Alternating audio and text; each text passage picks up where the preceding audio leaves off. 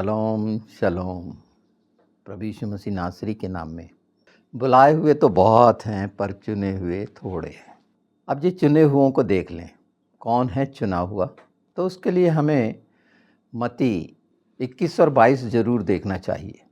और उसका मुख्य विवाह के भोज का वस्त्र, इसे देखते चलेंगे तो पहचान जाएंगे। एक निकाला गया, कौन था वो निकाला गया, कौन है वो एक निकाले जाएंगे जो विवाह के भोज का वस्त्र नहीं पहने हैं। कौन नहीं पहनते ये? कितनों को बुलाया गया पर आए कहाँ? कौन से? वो सड़क में पड़े हुए नंगे गरीब दरिद्र उस भोज में आए। वो नहीं आए जो तृप्त से क्या ज़रूरत है। एक स्थिति हो जाती है ना, हम यहाँ राजाओं के राजा प्रभुओं के प्रभु का वो अंतिम समय का विवाह के भोज की बात कर रहे हैं। और वस्त्र नहीं पहनना मतलब वो धार्मिकता जो मिली क्रूस के बलिदान के द्वारा, यीशु के लहू के द्वारा, कि वो हमारा प्रभु हुआ। राजा ने जिनको बुलाया सबको वस्त्र दिए पर एक ने पहनना नहीं चाहा। चुप इसीलिए हो गया। जैसे आज के समय में लाभ तो पाना चाहते हैं, जिससे त्रस्त हैं, परेशान हो चुके हैं, लाभ उठाना चाहते हैं पर धार्मिकता का वस्त्र पहनना नहीं चाहते, जो कि विवाह के भोज का वस्त्र है। और अगर नहीं पहने हैं तो वहाँ से निकाल दिए जाएंगे।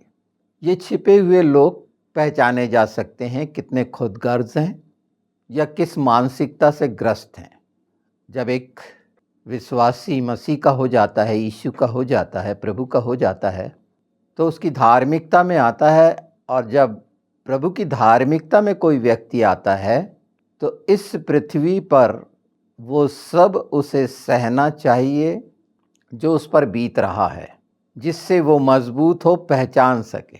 ये नहीं कि थोड़ी सी तकलीफ आई और नाना प्रकार के जो सांसारिक उपाय हैं सुरक्षा के लिए, शरीर की सुरक्षा के लिए, बचने के लिए, अपने प्राण बचाने के लिए उसकी ओर दृष्टि गई। ऐसे भी हैं, एक ऐसे हैं जो लाभ लेने के लिए प्रभु के पास आते हैं पर स्वीकार नहीं करते। लाभ चाहिए, चंगाई चाहिए, आशीष चाहिए, बचना चाहिए, छुटकारा मिलना चाहिए। ये उस भोज में शामिल नहीं होंगे, निकाल दिए जाएंगे। जैसे लूका 17 में हम देखते हैं 10 कोढ़ियों का एक वापस हुआ। 10 चंगे हुए थे, एक वापस हुआ अपने को दिखाने के लिए। जैसे एक निकाला गया धार्मिकता का वस्त्र नहीं पहनने के कारण। और इसमें सब पूरे वो कैटेगरी आ जाती है, वो एक हिस्सा पूरा आप देख लीजिए जो धोखेबाजी का है, जो शैतान के हाथ में इतने चालाक और चतुर बन गए हैं, सांप जैसे धूर्त। ये उनका हिस्सा है कि चलो सब तो करके देख लिया, अब यीशु के पास जाकर ये लाभ मिलता है कि नहीं देख लें। ये आप अपने आसपास देख रहे होंगे। पर जब धार्मिकता का वस्त्र पहन लिए तो इस संसार में प्रभु यीशु ने जो बोले कि जो मेरे साथ हुआ है वो तुम्हारे साथ करेंगे, तो इससे डरना नहीं। हाँ, यहीं पर डरे हुए से वो धार्मिकता के वस्त्र पहने हुए कुछ कुछ उपाय कर रहे हैं, प्रदर्शन कर रहे हैं संसार में, संसार की रीति से शक्ति प्रदर्शन का दिखावा कर रहे हैं। उन्हें भी सोचना पड़ेगा कि क्या सचमुच में वो विश्वास में आगे बढ़े हैं, आत्मिक उन्नति हुई है, या परमेश्वर ऐसा चाहता है। न्याय की बात कह सकते हैं कि हम न्याय के लिए, तो न्यायी तो आप इस संसार के नहीं हैं, तो संसार की रीति से इस बात को अपने ऊपर लागू करेंगे तो आप स्वतंत्र हैं, कर सकते हैं। प्रभु सबको लाभ देना चाहता है पर लाभ के लिए आदर नहीं है मन हृदय में। एहसान कर रहा है सोचता है मनुष्य। ये थोड़ी सी बात एक मनुष्य के नंगेपन को पूरी तरह से उजागर कर देती है। इसमें ज़्यादा समझने की ज़रूरत ही नहीं है। धार्मिकता में रहना है तो वो सब अपने जीवन में होने दीजिए, जिससे दाग धब्बे झुर्रियाँ निकल जाएं। धार्मिकता का वास्तविक अर्थ यही है। उससे डर कर परेशान होकर संसार की बुद्धि और ज्ञान का और संसार के बनाए हुए नियम और विधि और कानून का लाभ लेने की कोशिश करेंगे भी तो उसके परिणाम नहीं आएंगे। उसकी जगह और दृढ़ता से प्रभु के चरणों में जैसे आप रह रहे हैं और मजबूती से जितना रहेंगे, यही तो आश्चर्य करता है शैतान इस खास बात को, जो सबसे बड़ा आश्चर्य है सुसमाचार की सामर्थ, उससे परेशान है। और शैतान के साथ ही इस बात से परेशान है कि ये मसीही लोग इतना कैसे सह लेते हैं, इतने शांत। ये सब शैतान की हार है और विश्वास की दृढ़ता है विश्वासियों के लिए, मसीहों के लिए। यही प्रदर्शन का कारण है परमेश्वर के सामने, यीशु के सामने, पिता के सामने जो एक है, पवित्र आत्मा के सामने, कि हाँ, आपने विवाह के भोज का वस्त्र पहना हुआ है, आप नंगे नहीं हैं। नंगेपन में वो सब बात आ जाती है जिसमें धूर्तता, चालाकी, कपट, चतुराई, धोखा ऐसा देने वाले आते हैं ना, यीशु के पास आते हैं। और ये कोढ़ी जब ठीक होते हैं तो कि हम यीशु के हैं ये दिखाने नहीं आते। जैसे वो कोढ़ी 9 वापस हो गए और एक ही था जिसने दिखाया ना, वो उदाहरण है कि कौन दिखा रहा है कि हाँ, सचमुच में मैं मसीह हूँ और जिस पर मैं विश्वास कर रहा हूँ उसकी इच्छा मेरे जीवन के द्वारा पूरी हो। यही है महिमा और स्तुति का सबसे बड़ा कारण, जो हम सोचते हैं कि उसकी प्रशंसा करें, उसके नाम को ऊंचा उठाएं। तो पवित्र आत्मा इस बात में हमें अग्रसर करेंगे, ये मौका मिलेगा, हम में से प्रत्येक को मिलता है, पर बहुत जल्दी नहीं, थोड़ा सा धीरज रख लें। अंतिम समय के लिए जो इससे भयानक स्थिति आएगी तो धीरज रखना सीख लें। छोटी छोटी सी बातों में, बहुत छोटी बात समझिए, ये जेल में डाल देना, यीशु के नाम में निंदा कर देना, ये मेरे साथ हुआ ना, ये सब हुआ है, ये होना ही है। दुष्टता अपना काम करेगी और जो वो काम करेगी प्रमाणित करता है वो क्रूस को, मसीह को, कि मसीह ने कितना सहा, और वो सारी सामर्थ आप में है यीशु के साथ। पर अपनी दुर्बलता के स्थान पर ये सारा कुछ सांसारिक रीति से किया गया, हो सकता है आपको ठीक लगे, पर आत्मिक रीति से ये उचित है कि नहीं, पवित्र आत्मा इसकी समझ आपको दे। इसे सोचना चाहिए हम में से प्रत्येक को। एक समय ऐसा था, इसी किरनापुर में, इसी मध्य प्रदेश में, ईसाइयों से घृणा करते थे, मौका नहीं दिया जाता था, प्रतिभा रहते हुए भी नकारा जाता था। आज मैं उन सब नकारने वालों को देख रहा हूँ, क्या स्थिति है। मैं आज भी उनसे मिलता हूँ और ईमानदारी से मिलता हूँ। जब ऐसी मुलाकातें होती हैं तो मैं जानता हूँ कि हम क्रिश्चियंस के साथ कैसा दुर्व्यवहार इनकी मानसिकता में है, और हम सब जो अन्य जातियां हैं वो उसी तरह से थे जो सड़क में थे, ऐसे कीचड़ों में पड़े थे। आप बहुत ध्यान से पढ़िए कि कौन कौन कहाँ था, कौन नहीं आना चाहा। आज वो लोग नहीं आना चाहेंगे उस भोज में, वो शैतान की हाथ की गिरफ्त में हैं, उसमें बुरी तरह जकड़े हुए हैं नाश होने के लिए। अंत के समय में वो चुप हो जाएंगे, उनके पास कुछ नहीं रहेगा बोलने के लिए, जैसे वो चुप हो गया था। वो संसार का वो तमाम चीज़ें उतारना ही नहीं चाहते, जिसे वो उपलब्धि कहते हैं, पद प्रतिष्ठा कहते हैं, बुद्धिमानी कहते हैं, उपलब्धियां कहते हैं। उपलब्धि ज़्यादा अच्छा शब्द है, जिसके कारण वो अपने आप को गर्व से भरा हुआ पाते हैं, अपनी क्षमताओं पर विश्वास करते हैं। और ये शरीर का वो क्षेत्र है जो शैतानी है और एक समय मिट्टी में मिल जाना है। वो आत्माओं की ओर केंद्रित नहीं है और उन्हें आवश्यकता भी नहीं है।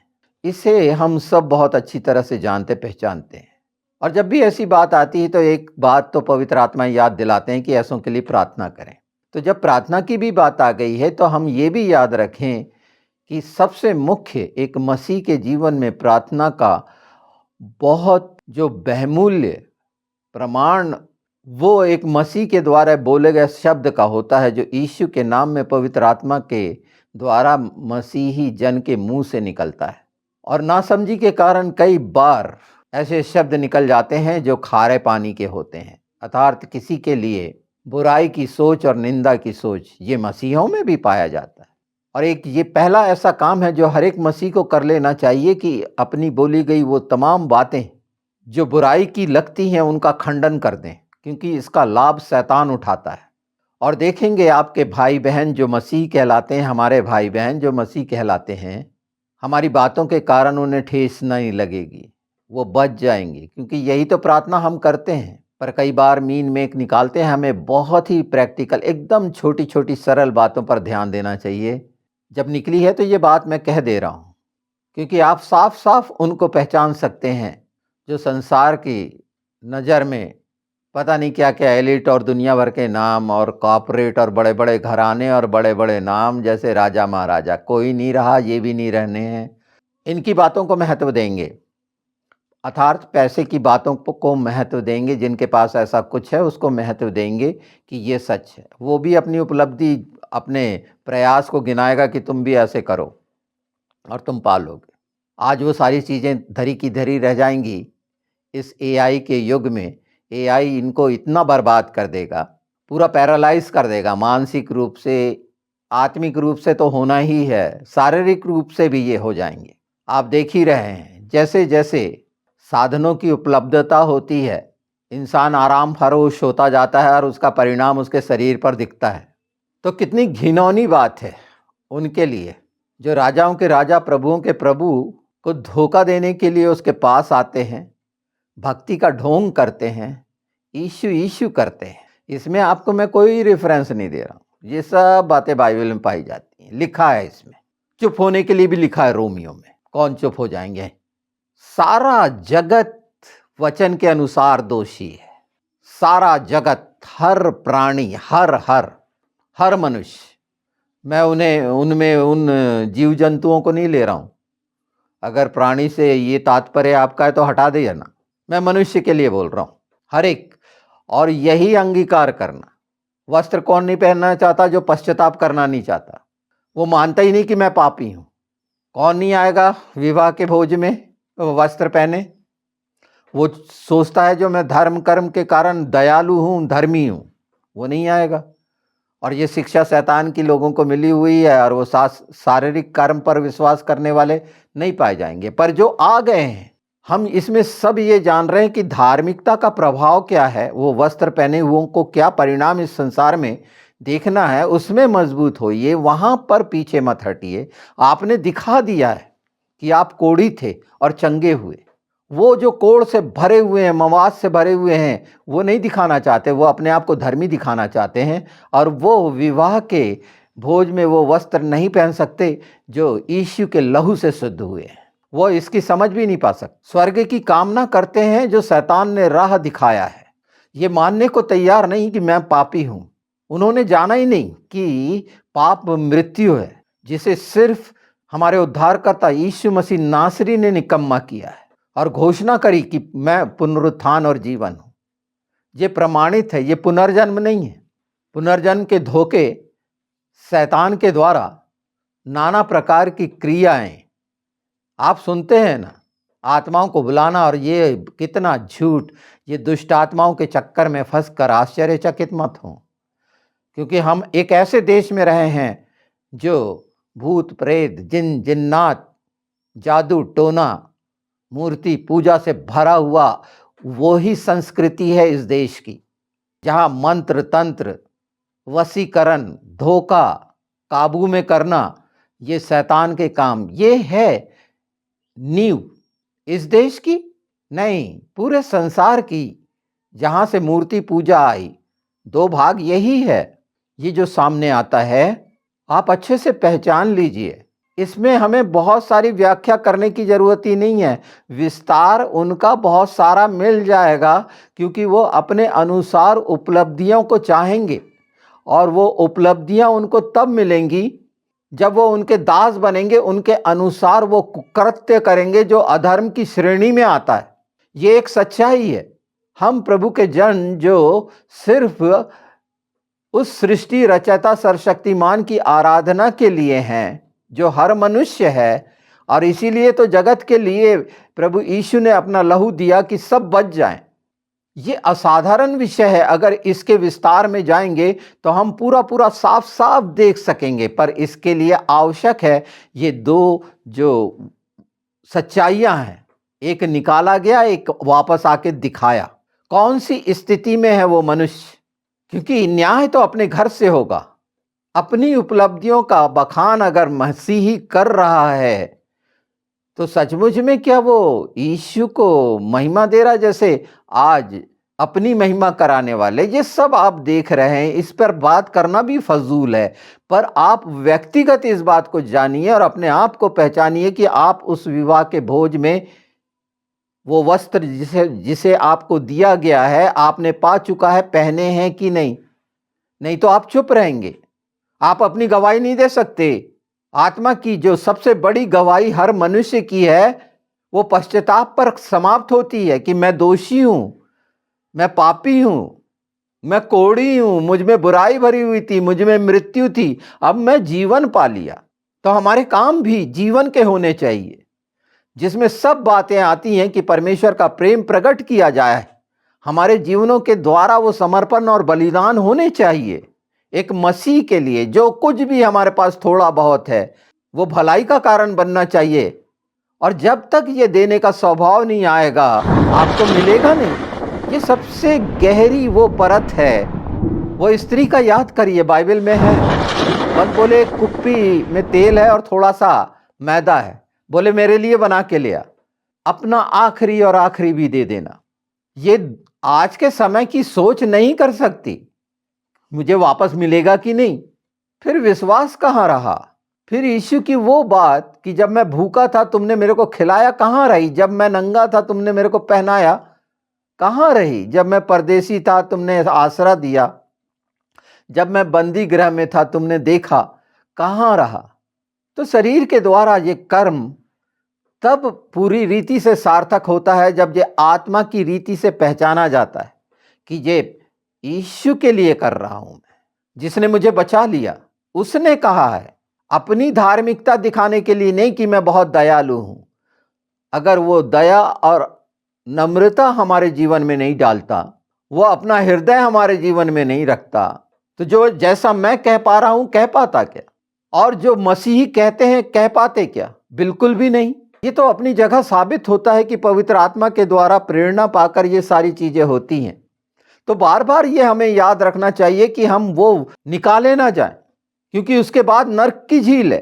अपने आप को जैसे दिखाएं हम उसमें मजबूती से अडिग रहें। और ये गवाही सिर्फ शारीरिक चंगाई की नहीं बता रहा मैं आपको, वो गवाही कि मैं क्या था और प्रभु ने मुझे क्या बना दिया।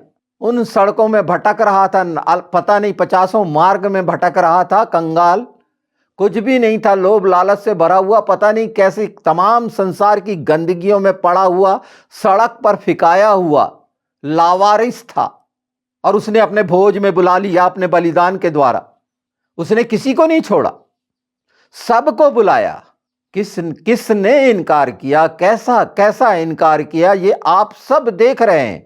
इनकार करने वालों को पहचान रहे हैं आप, पर आपकी जो पहचान है वो धार्मिकता के वस्त्र के द्वारा यीशु में नई सृष्टि है आप, जहां आपके लिए कोई मृत्यु नहीं है, अनंत जीवन है। यह आप सब अच्छे से जानते हैं। इसका प्रगटीकरण होना चाहिए दृढ़ता से, स्थिरता से, यीशु में मजबूती से। जब आप कहते हैं कि वो मेरी दृढ़ चट्टान है और जो वाकई है, जिसने बचाया है, और आज सारे संसार में प्रमाण है मसीहत, क्रिश्चियन लोग एकदम साफ पहचाने जाते हैं। दुष्ट इससे घृणा करता है, ये कमियां निकालते हैं। मसीहत के पक्ष में बोलने वाले सोशल मीडिया पे आपको नहीं मिलेंगे, उनके मुंह में दही जम जाता है, ये प्रमाणित करता है। पर इस बात को आप हम सब की प्रार्थनाएं खोलेंगी यीशु के नाम में, और ये बड़ाई करते हैं अनजाने में, पता भी नहीं चलता। जो वो करना नहीं चाहते, पवित्र आत्मा ऐसे कट्टरों के मुंह से बड़ाई करवाता है। जो आप जगत में देखते हैं और इससे भी बड़ी बड़ी बात देखेंगे। ये पत्थर बोल रहे हैं, इसका मतलब हमें छोड़ दिया गया? नहीं, हमें बार बार समझाया जा रहा है। वचन की सच्चाई यह है कि हमारा चरित्र उनके सामने प्रमाणित हो, कि हम उन बातों में नहीं गिरेंगे, उस दलदल में नहीं गिरेंगे, उस झूठ के झांसे, उस जाल में नहीं फंसेंगे, क्योंकि हमारी हर आवश्यकता की पूर्ति होनी ही है। जो लोगों के लिए असंभव सा लग रहा है, यीशु में वो हमारे लिए संभव है, क्योंकि सब प्रभु यीशु की अधीनता में है, जो न्याय करेगा। एकदम करीब है प्रभु यीशु का आगमन। ये हम सब जान रहे हैं, सब के सब पहचान रहे हैं। हमसे ज्यादा तो पशु पक्षी जान रहे हैं। वो देखे नहीं, भूकंप आता तो कुत्तों बिल्लियों को कैसे पता चल जाता है। ये सारी चीजें आज मशीन पर भरोसा करने वाले, विज्ञान पर भरोसा करने वाले करिए। सही माप भूकंप का आज भी देने में वो असमर्थ है। थोड़ी सी चेतावनी मिल सकती है, पर कितना भयानक भूडोल होगा उसके लिए तो एक आया और एक गया। गया कौन? बड़ा स्पष्ट है, 21-22 मती। जो 21 में कितना अच्छा है। जे सदुकी फरीसियों को कितनी परेशानी होती है, वह जो अपने रीति रिवाज बनाए हैं, बताया ना। वध करने वाले वो हैं जो अपने आप को ज्ञानी ध्यानी समझते हैं, रीति रिवाज से संपन्न, कि हम बड़े भारी धार्मिक कर्मकांड करने वाले। वो परमेश्वर की हत्या करने वाले हैं, परमेश्वर के बेटे की हत्या करने वाले हैं। सदुकी फरीसी इससे चिढ़ गए थे कि ये हमको कहता है, जो नींव है, जो मुख्य है, आधार है पूरे संसार का, कि अगर वो हटा दिया जाए तो पूरा चीजें नष्ट हो जाएंगी। ये पहचान कर रहा है कि राजमिस्त्री, जो अपने आप को ये राजमिस्त्री मानते हैं, जानकार मानते हैं, बिल्डिंग का बनाने वाला, यानी एक मनुष्य जो एक बिल्डिंग है, उनके लिए क्या कहा गया ये जान रहे हैं हम अच्छे से, आप पहचान रहे हैं। उन लोगों ने इनकार किया, अलग कर दिया, उस बेटे को मार डाला। अर्थात जो आज के समय में मरे हुए यही कार्य करते हैं, जो आप और हम देख रहे हैं। ये दो भाग, बड़े अंधेरे और प्रकाश का, हम आप बहुत साफ साफ देख रहे हैं, पर कितनी गहरी बात है। वो चुप रहेंगे जिनने धार्मिकता का वस्त्र नहीं पहना, वो नंगे चुप रहेंगे। धोखा देने वाले धोखा देते चले जाएंगे, बिगड़ते चले जाएंगे, नाश होते चले जाएंगे। जो यीशु के पास आकर लाभ लेना चाहते हैं, वो नंगे, जब तक धार्मिकता का वस्त्र नहीं पहनेंगे, पूरा छुटकारा नहीं होगा। और उसकी रीति ठहरा दी मती 28 में कि जब तक तुम पिता पुत्र पवित्र आत्मा के नाम से बपतिस्मा नहीं लोगे और स्वीकार नहीं करोगे कि मैं पापी था, मैं पापी हूं, मैं यीशु के साथ मारा गाड़ा गया, जैसे यीशु जीवित है मैं जीवित हूंगा। ये वादा वचन का वादा है, जो पूरा होना है, हर बिंदु और मात्रा जो संसार में घटित होते हुए। जो संसार के ज्ञानी ध्यानियों के लिए इस समय सिर्फ अंदाज लगाना रह गया है, कल्पना करना रह गया है। कोई भी निष्कर्ष किसी भी बात के निकालने में असमर्थ हैं, असमंजसता की स्थिति है। इनके हाथ पैर फूल गए हैं, इनका दिमाग इनके काबू में नहीं है। ये खुद मुंह से बोलते हैं, हमको समझ में नहीं आता। इसका मतलब वो चुप होंगे। ये सच्चाई जानेंगे आपके द्वारा, आपकी प्रार्थनाओं के द्वारा, कि सचमुच में कोढ़ी को ठीक होकर दिखाना चाहिए। मैंने देखा है ऐसे बहुत से कोढ़ी आए लाभ लेने के लिए, पर यीशु के नाम की जय जयकार उनके मुंह से नहीं निकली। लोगों के सामने डरे सहमे अपने घर में मसीह कहलाते हैं, पर बाहर जहां गवाही देनी है, गवाही ये है, सच्ची गवाही ये है कि सचमुच में आपकी आत्मा ने यीशु को स्वीकार किया है या नहीं। यह मुंह से कह देना, नहीं बड़ा अच्छा लगा, मैं चंगा हो गया, वहां गया था, ये तो आज है, कल भूल जाओगे।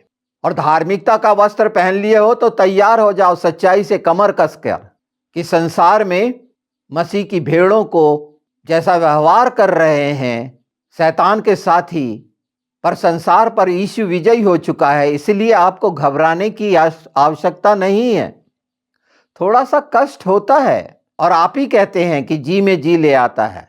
दुष्टता वो काम कर रही है, पर घिनौने हैं वो जो धोखा देकर अंदर घुसते हैं लाभ पाने के लिए, वो पहचाने जाते हैं। ऐसे बहुत से कैरेक्टर मेरे सामने हैं। उनके लिए ये प्रेरणा का कारण है कि वह सच्चाई से इस बात को जाने, अपने धोखे को पहचाने कि उस सर्वशक्तिमान प्रभु यीशु को, जो स्वयं पिता है, परमेश्वर है, धोखा दे रहे हैं। जो था, है और आने वाला है। ये अंतिम समय की तैयारी यही है। ये पहचान लें, नोट कर लें इसको। मत्ती 21-22 और लूका 17 ये पहचान करा देता है। वो पूरे दोनों पक्षों की एक पूरी पहचान कराता है, दुष्टता और शैतान की। ये पहचान कराता है अंतिम समय में कौन होंगे, ये पूरा साफ साफ। फिर ऐसे व्यक्ति को डर नहीं होगा कि यीशु कब आ रहा है। उसे मालूम रहेगा जब भी आएगा मेरा दूल्हा मुझे ले जाएगा, क्योंकि मैं उसके धार्मिकता के वस्त्र में हूं। मैंने उस वस्त्र को गंदा नहीं किया। जिसे मैंने स्वीकारा उसको पूरी मन प्राण आत्मा बुद्धि की शक्ति से उसकी सच्चाई को व्यक्त किया अपने जीवनों के द्वारा, और वो प्रकट किया कि सचमुच में ये सब कुछ जो मुझे मिला यीशु के नाम में, और जो मैं कह पा रहा हूँ, सुन पा रहा हूँ, और जो भी मैं एक्टिविटीज कर रहा हूँ, वो पवित्र आत्मा के द्वारा परमेश्वर को महिमा दिला रही है, यीशु को महिमा दिला रही है जो मेरा प्रभु है। ये हम सब के लिए है। वो चुप रहेंगे जो नंगे हैं, वो चुप हो जाएंगे। और कहा गया है जब तुम लोगों के सामने मुझे मान लोगे तो मैं भी तुम्हें मान लूंगा। ये सब बाइबल में लिखा हुआ है, ये अलग से नहीं है, और ये प्रमाणित है। वो कब्र खाली है। जीवित प्रभु के वो जीवित काम, जीवित वचन संसार में एकदम साफ साफ देखने को मिलते हैं, सुनने को मिलते हैं। उसके बावजूद भी कौन नहीं आएंगे ये आप पहचान सकते हैं।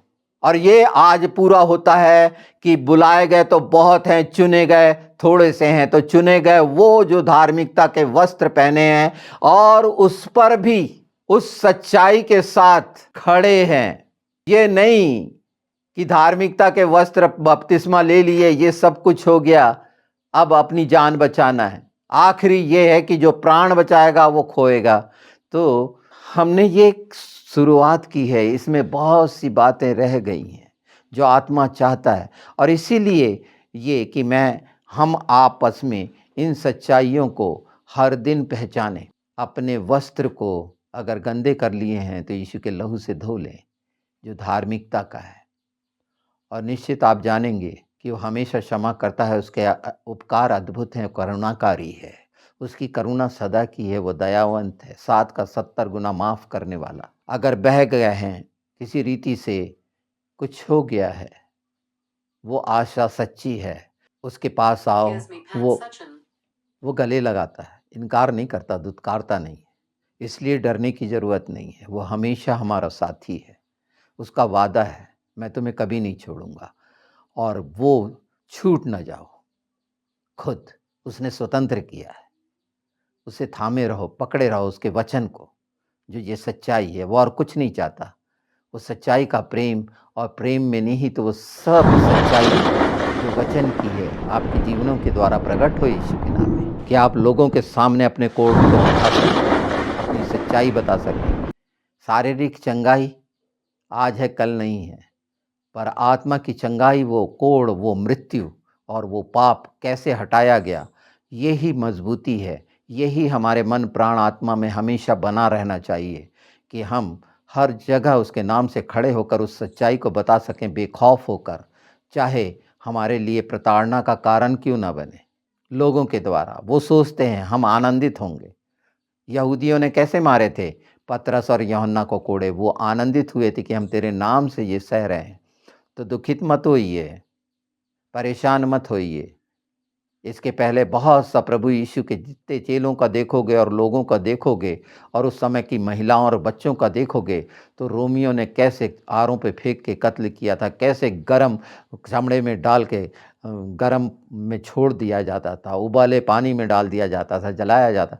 आज कुछ ऐसा हो रहा है क्या? कुछ भी नहीं हो रहा। सिर्फ थोड़ी सी बात हो रही है, झूठा दोष लगाकर कारावास की। अपने आप को ये बड़ा दिखाने का आखिरी प्रयास है, ये मान लीजिए, शैतान का, जो यहाँ के संसाधनों का उपयोग करके, अदालतों का, जेल का उपयोग करके, ये कौन करता है? शैतान, और वहाँ से अपेक्षा करोगे कि शैतान के द्वारा न्याय चाहिए आपको, परमेश्वर न्यायी है। तो इन चीज़ों के लिए परेशान होकर कि रोका जाएगा आराधना करने से, हर चीज़ खत्म करी जाएगी, पर क्यों डरते हो? पिछला एक वीडियो किया है, चर्च कौन है? तो आप हैं। अरे खुले में आराधना कर सकते हैं, हर छत की भी ज़रूरत नहीं है, कुछ भी नहीं है। ये दिखावे के संसार से अलग हटकर इन अंतिम समयों में अपने वस्त्र का ध्यान रखिए यीशु के नाम में, इसे मत भूलिए। अपने दिल की रक्षा कीजिए, जिसमें ये बात बनी रहे कि वो कोमल हृदय में जो उसने डाला है, वो सब सच्चाइयाँ पवित्र आत्मा आपके जीवन से सोता बनाकर बहने वाला बना दे। इन सच्चाइयों को लोग देखें, जानें और समझें कि कठिन-कठिन परिस्थिति में भी आप कैसे यीशु के नाम में स्थिर रहे। ये पहचान कराइए, यीशु के नाम में दिखाइए। तो ये दोनों हिस्से हमने थोड़े-थोड़े से समझे। पवित्र आत्मा इसमें और हमें आगे जाएँगे, आप ज़्यादा समझें और परमेश्वर की महिमा का कारण बनें।